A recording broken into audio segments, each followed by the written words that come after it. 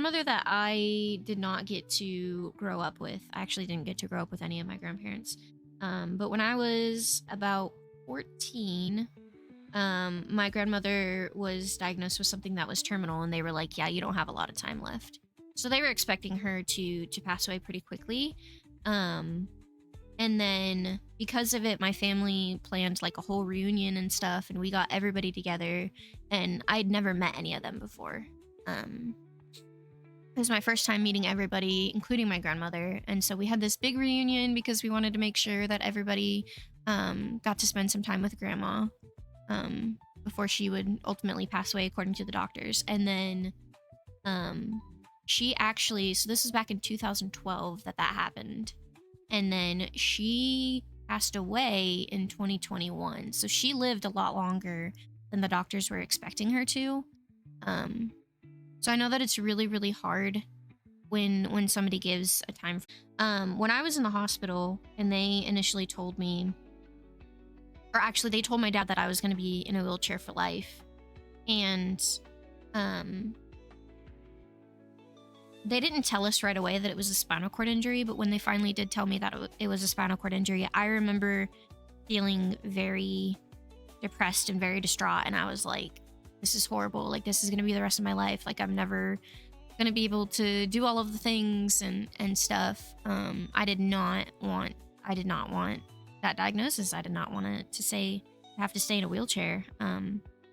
And I remember texting my friend Laura, Adelaide, exclamation mark Adelaide, if you're curious about her a little bit.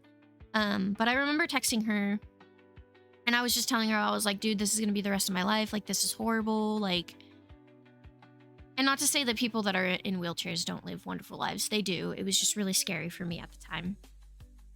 And I texted her about it, and I remember her texting me back, and she was like, sweet girl, God has the final say.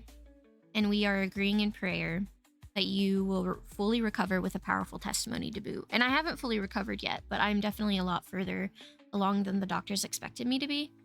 And so I just mentioned those things to just kind of encourage you a little bit, Jeremy, that like, I know that it's hard when the doctors are like, hey, you know, you've got limited time left. But there's always a possibility that God is either going to give your family member more, and there's also a possibility that God may give her less. Like he's the one that has the final say. Like my friend Laura said, God is the one that has the final say. And so the doctors, they're going to have their diagnoses, they're going to have their timelines and everything, but they are not God.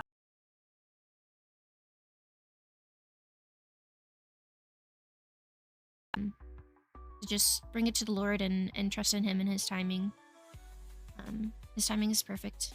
No, I'm very repetitive, but you know, I'll repeat those things just as long as I need to, because sometimes I also need a reminder. Like even just the other day, I was so frustrated having to go home early, and I was like, this is like, I did not want to tell my dad. I wanted to just kind of truck through so that he could have a good time and not have to miss out on things, because he's been really, really excited for the event that we went to. And I felt really bad, but yeah, ultimately we did have to go home. And I just remember like sitting there so frustrated with myself and frustrated with my body, and just like, God, why haven't you healed me yet? Why am I still living like this? It's so frustrating. And I don't know, I just remember being reminded of how far that I've come, that like, yes, it's frustrating where I'm at right now, but God has already healed so much. Like, yeah, he hasn't healed me fully yet, but he has healed